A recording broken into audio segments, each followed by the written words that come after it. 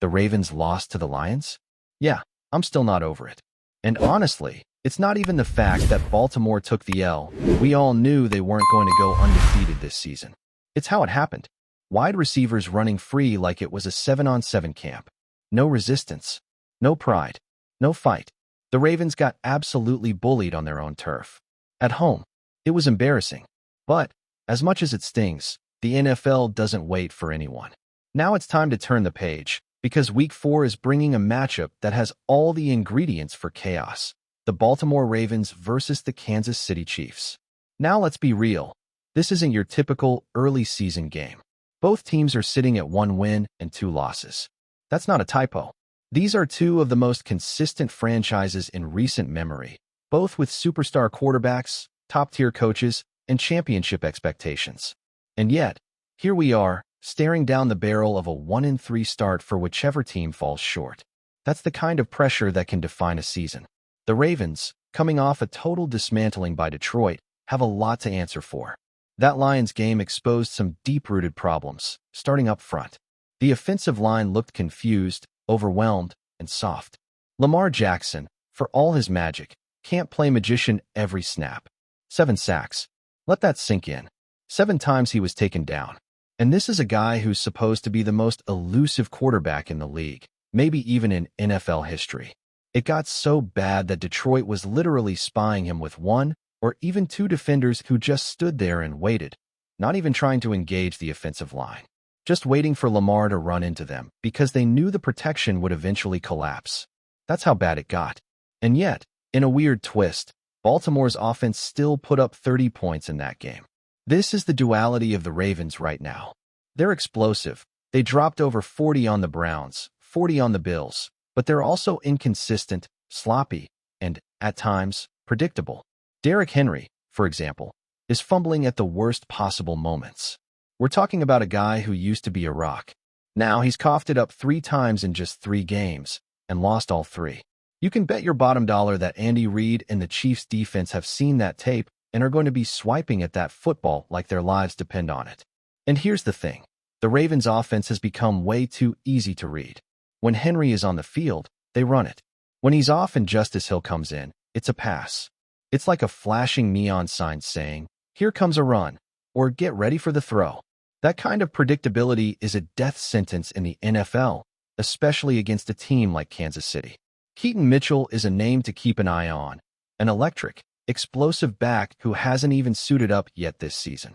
Ravens fans have been waiting, asking, even begging to see this guy on the field. But the coaching staff keeps him inactive. Why? According to John Harbaugh, it's because having him on the field telegraphs the play. That's frustrating. You've got a potential game breaker sitting on the bench because your scheme can't hide him. That's not a player problem. That's a coaching problem. Speaking of coaching, that's one of the biggest pain points for Baltimore right now. Game management, timeouts, situational awareness, it's all been questionable. And when the margins are this thin, those little things can cost you wins. The play calling has been all over the place, too. Sometimes you wonder if they even know what works anymore. It's like they get into big moments and just panic, throwing out the game plan and playing scared. And now, they face the Chiefs, a team that has, let's be honest, had their number in the Patrick Mahomes, Lamar Jackson era. But here's the twist. This ain't the same Chiefs team. They're beat up. They're confused. And offensively, they've been downright anemic. Mahomes doesn't have his top 2 wide receivers. Rashee Rice is suspended. Hollywood Brown has been up and down. Travis Kelce, while still a solid tight end, is not the same Travis Kelce. He's older, a step slower, and you can't funnel the entire offense through him anymore. You're just not supposed to be doing that at this point in his career. And yet, that's what Kansas City is doing, because they don't really have any better options right now. The run game? Non-existent. Literally. Mahomes was the team's leading rusher through the first 2 games. Let that marinate for a second. That's not a stat you want to be proud of. Isaiah Pacheco has flashes, sure, but the vision isn't there. And even though he's got burst, he's not going to torch you like David Montgomery just did to the Ravens. The Chiefs signed Elijah Mitchell in the offseason, and he hasn't even been active yet. They drafted a converted wide receiver in the 7th round and barely used him. It's been ugly. And somehow, in spite of all that, the Chiefs still managed to sit near the top in EPA per play on offense. That's wild. A lot of that is Mahomes doing Mahomes things, scrambling, making magic, buying time, and turning nothing into something. But when he's not scrambling, this offense is stagnant. Defensively, though, Kansas City has been surprisingly solid, especially against the run. That's where the Ravens are going to have their hands full. Derrick Henry has given them trouble in the past, but with Nick Bolton leading that linebacking core, the Chiefs are not going to just roll over and give up rushing lanes. They'll be focused on forcing Lamar to throw, and if they can keep him in the pocket like the Lions did, it's going to be a long day for Baltimore. But Baltimore's defense? Man, they've been a mess. It's not even just about guys being injured. Although, yes, they're missing some key pieces like Kyle Van Noy and maybe even Justin Matabike, who's dealing with a neck injury that has everyone worried. But it's more than that. The fundamentals are breaking down. The tackling, the coverage, the scheme. None of it looks sharp. They've allowed over 100 points in just 3 games. That's not a typo. And it's not just garbage time points either. Teams are marching down the field and doing whatever they want, whenever they want. It's like there's no resistance, no pride. And the pass rush? It's non-existent. Rush 4, nothing. Rush 5, still nothing. Bring 6, might as well be rushing 1. That's the level of ineffectiveness we're seeing from this front 7. What's crazy is, even with all of this dysfunction, the Ravens have still been putting up points. That's how talented Lamar is. That's how explosive this offense can be when it's clicking. But they can't rely on Lamar to be Superman every week. Not with this offensive line, not with these coaching decisions, and not against a team like the Chiefs, who have made a habit of capitalizing on mistakes. And that brings us to the elephant in the room, coaching. Coaching matters more than ever in games like this. When both teams are hurting, when both teams are desperate, when the margin for error is razor thin, the team with the better preparation, the better clock management, the better in-game adjustments, that's the team that wins. For the Ravens, coaching has been a thorn in their side. For the Chiefs, it's a mixed bag. Andy Reid is a future Hall of Famer, no doubt, but even he's made some strange decisions this season. That 4th down call from his own 35? Wild. It cost them points. And while Steve Spagnuolo has rebounded nicely after a rough week 1, the offense under Matt Nagy still feels like it's searching for its identity. So here we are. A heavyweight fight between 2 teams that are far from their best, but still dangerous enough to beat anybody on any given Sunday. One team's going to come out of this game at 2-2 and breathe a sigh of relief. The other? 1-3.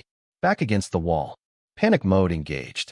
What makes this Ravens-Chiefs matchup even more fascinating is that both teams are staring at themselves in the mirror right now, realizing they're not who they thought they were coming into the season. These are proud franchises. These are organizations with championship expectations, elite quarterbacks, and fan bases that demand results. But the flaws are starting to show, and this game feels like a proving ground. Who's going to adjust? Who's going to respond to the pressure? Let's dive back into Baltimore. Lamar Jackson is doing everything in his power to keep this team competitive. He's putting up numbers. Over 200 yards passing with multiple touchdowns, 0 interceptions through the first 3 games, 9 total touchdowns. That's MVP-level production. But it's happening in spite of the offensive line, not because of it. And that's not sustainable. He's getting hit too often, being forced to run for his life, and eventually that catches up. And when you face a team like Kansas City, where one misstep can turn into a momentum-shifting turnover, it becomes even more dangerous. The Lions gave everybody the blueprint. Set the edge, contain, spy, pressure with 4, and force Lamar into decisions on the move. And when the pocket collapses, don't chase, wait. That's exactly what they did, and that's exactly why Lamar got sacked 7 times. And now every defensive coordinator on the Ravens schedule is studying that film like it's a college final. Kansas City's not dumb. They've got the athletes to try it. Willie Gay Jr., Nick Bolton, Leo Chenal, they can all move. Don't be surprised if 1 or 2 of those guys are glued to Lamar's hip for 60 minutes. But let's not pretend Kansas City doesn't have their own headaches. The offense looks disjointed. Patrick Mahomes is still the best quarterback in the game, but he can't do it alone. Without his top targets, he's throwing to guys who can't consistently separate, can't catch under pressure, or simply aren't ready. Travis Kelce is still dependable, but you can feel the mileage catching up. He's not blowing by linebackers anymore. He's not creating the same mismatches.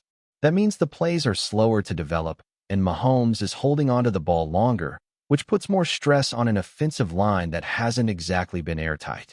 And then there's the running game, or the lack thereof. There's no rhythm, no identity, and absolutely no explosiveness.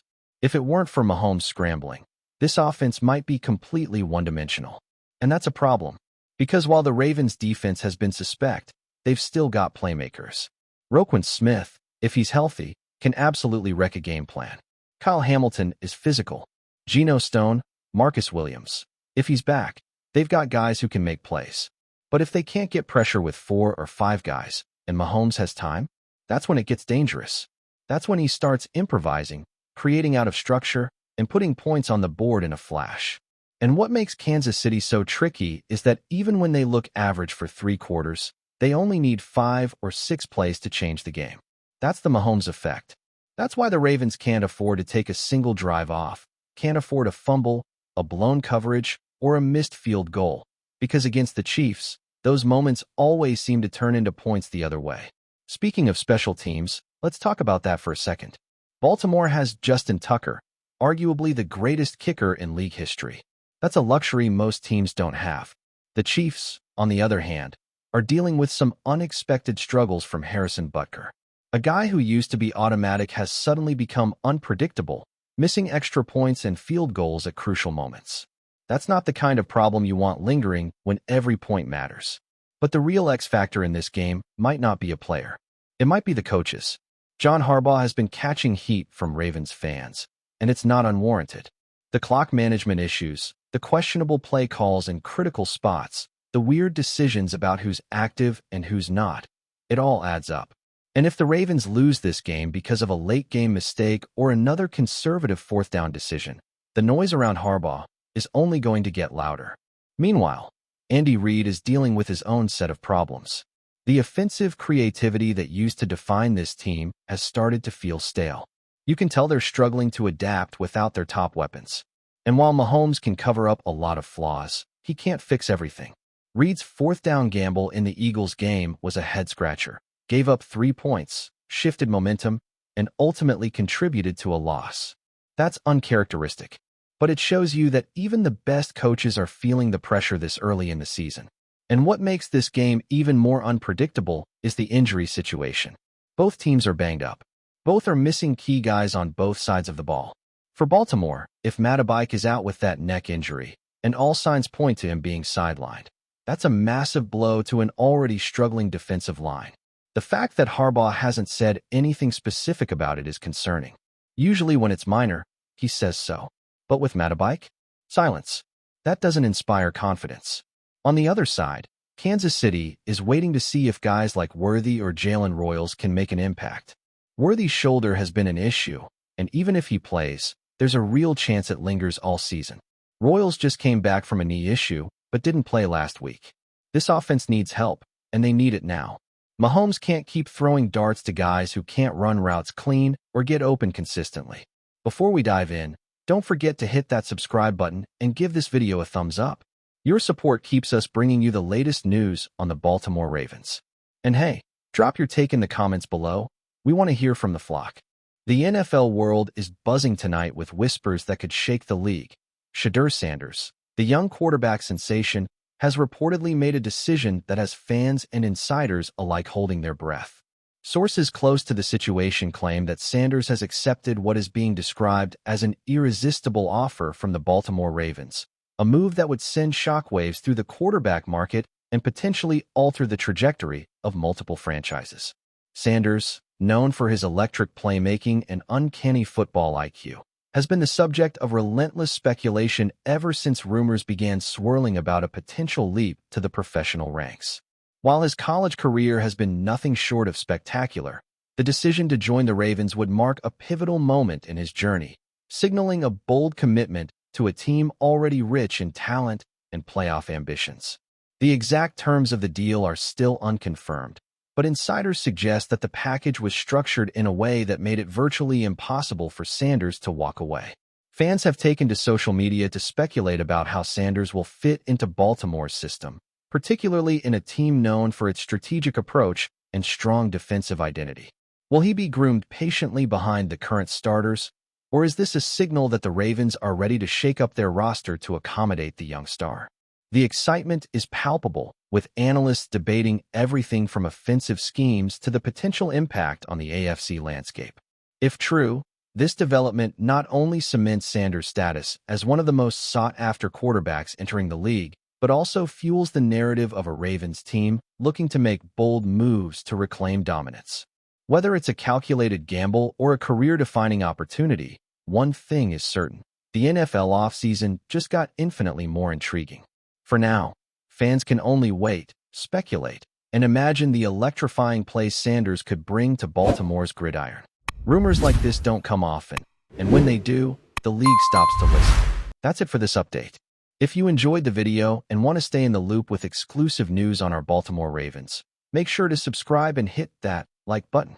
We'd love to hear what the flock thinks. Drop your thoughts in the comments. See you in the next one.